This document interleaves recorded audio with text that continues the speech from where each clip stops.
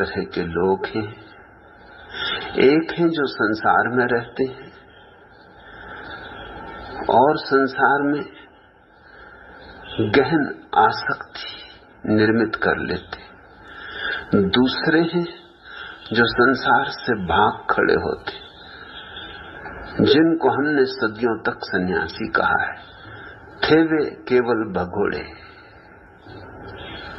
उन्हें हमने पूजा है, उनकी हमने अर्चना की है, उनके लिए हमने दिए जलाए, धूप बारी, उनके ऊपर हमने फूल चढ़ाए, केसर छिड़की, क्योंकि हमें लगा कि अपूर्व, अद्वितीय, असंभव कार्य उनने कर दिखाया है। हमसे तो छूटता नहीं और वे छोड़कर चले गए, लेकिन उनसे भी छूटा नहीं है। असल में कहीं पकड़ न जाएं, इस डर से भाग खड़े हुए। छूटने में और छोड़ने में फर्क है। छूटना तो बोध की प्रक्रिया है, वह तो सम्यक जागरण है, उसकी सहज निष्पत्ति है। दो फकीर एक जंगल में यात्रा करते थे, गुरु और शिष्य। बूढ़ा गुरु, युवा शिष्य। युवा शिष्य बहुत हैरान था। हैरान था इसलिए कि ऐसी बात उसने अपने गुरु में कभी देखी ही न थी। कुछ नई ही बात हो रही थी आज। गुरु बार बार अपनी झोली में हाथ डाल के कुछ टटोल लेता था। झोली में उसका जी अटका था। शिष्य सोचता था कि क्या झोली में है आज। उसे कभी चिंतित नहीं देखा, उसे कभी झोली में बार बार झांकते नहीं देखा। आज क्या माजरा है। फिर सांझ होने लगी, सूरज ढलने लगा। वे कुएं पर हाथ मुंह धोने, थोड़ा विश्राम करने, थोड़ा कलेवा कर लेने को रुके। गुरु पानी भरने लगा। झोला उसने अपने शिष्य को दिया, कहा जरा संभाल के रखना। ऐसा भी उसने कभी कहा न था। झोला यूं ही रख देता था, न मालूम कितने घाटों पर और न मालूम कितने कुओं पर रुकना हुआ था। आज क्या बात है। उत्सुकता जगी। जब गुरु पानी भरने लगा तो शिष्य ने झांक कर झोले में देखा। सोने की एक ईंट झोले में थी। सब राज खुल गया। उसने ईंट को तो निकाल के झोले के बाहर कुएं के पास फेंक दिया, एक गड्ढे में, और उसी वजन का एक पत्थर झोले में रख दिया। गुरु ने जल्दी से हाथ मुंह धोया, नाश्ता किया, बीच बीच में झोले पे नजर भी रखी। एक दो बार चेताया भी शिष्य को कि झोले का ख्याल रखना। शिष्य हंसा। उसने का पूरा ख्याल, आप बिल्कुल निष्फिक्र रहें, चिंता की अब कोई बात ही नहीं।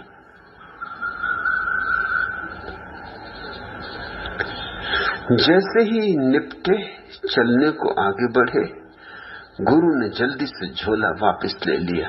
अक्सर तो यूं होता था कि झोला शिष्य को ही ढोना पड़ता था। आज गुरु शिष्य पर झोले का बोझ डालने को राजी न था। जल्दी से झोला अपने कंधे पे ले लिया। बाहर से ही टटोल कर देखा, वजन पूरा है, ईंट भीतर है, निश्चिंत हो चलने लगा। फिर बार बार कहने लगा, रात हुई जाती है, दूर किसी गांव का टिमटिमाता दिया भी दिखाई पड़ता नहीं। जंगल है, अंधेरा है, अमावस है, चोर, लफंगे, लुटेरे, कोई भी दुर्घटना घट सकती है। जब भी गुरु ये कहे, शिष्य हंसे। आखिर गुरु ने 2 मील चलने के बाद पूछा कि तू हंसता क्यों है? शिष्य ने कहा, मैं इसलिए हंसता हूं कि अब आप बिल्कुल निश्चिंत हो जाएं। आपकी चिंता का कारण तो मैं कुएं के पास ही फेंक आया। तब घबरा के गुरु ने झोले में हाथ डाला, देखा तो पत्थर था, सोने की ईंट तो जा चुकी थी।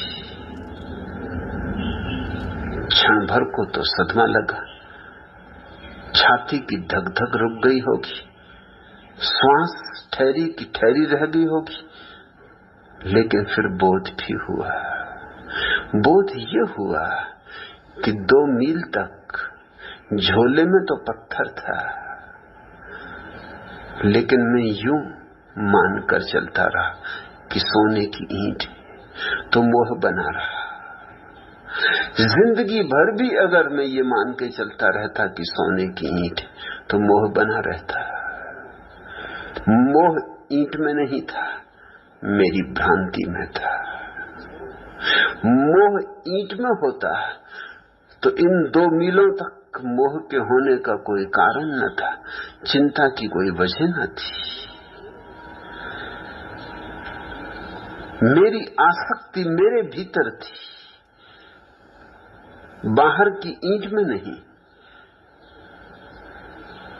जिंदगी भर भी आसक्त रह सकता था अगर ये भ्रांति बनी रहती कि ईंट सोने की, और तत्क्षण भ्रांति टूट गई जैसे ही जाना कि ईंट पत्थर की है।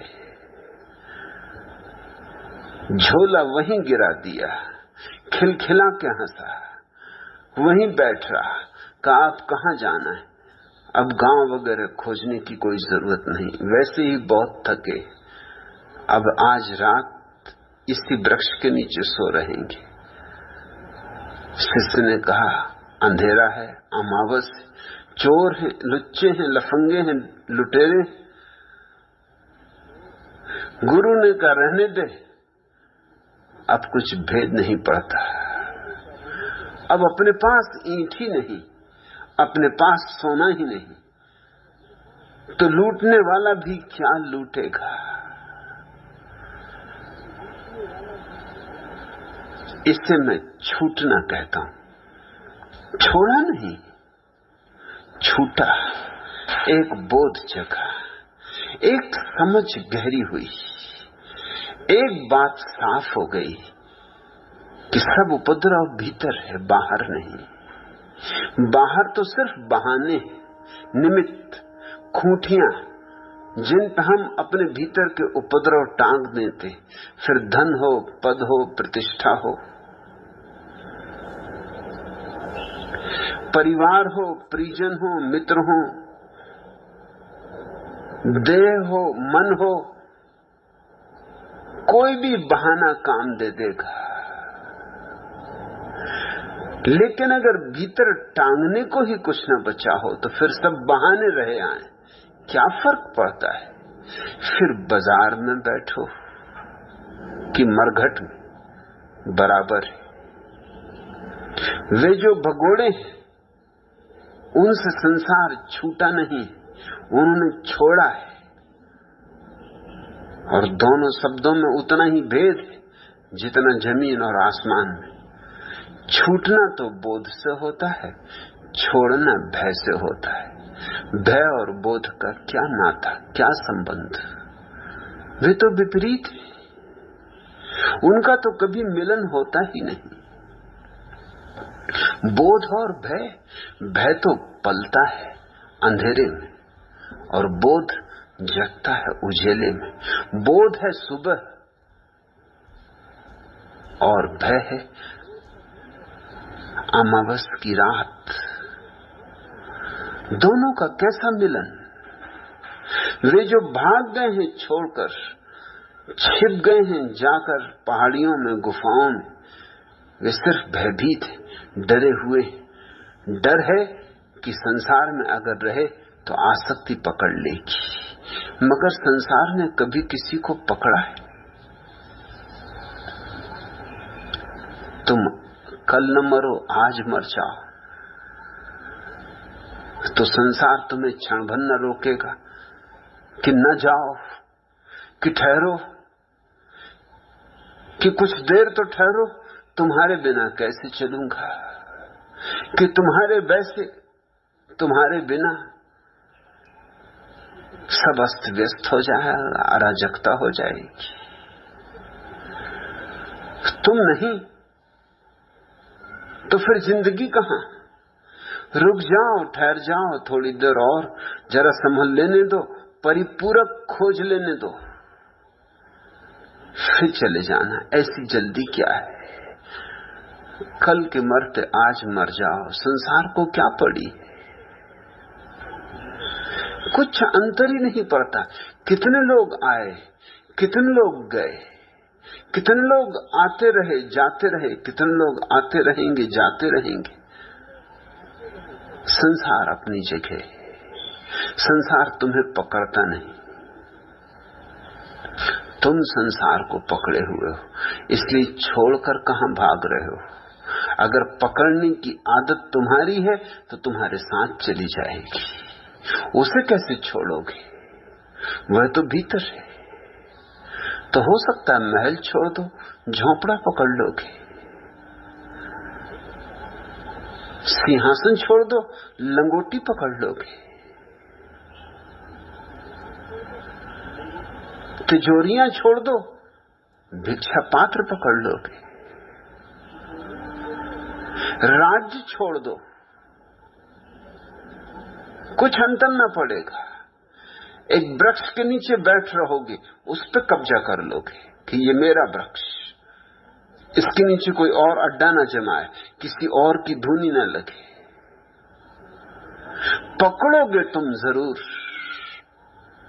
क्योंकि पकड़ कहीं यूं जाती है।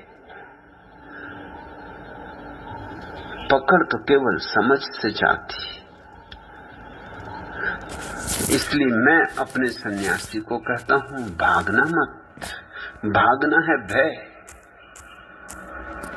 और भय तो कायरता है, और कायर तो संसार भी नहीं पा सकता। सत्य को क्या खाक पाएगा?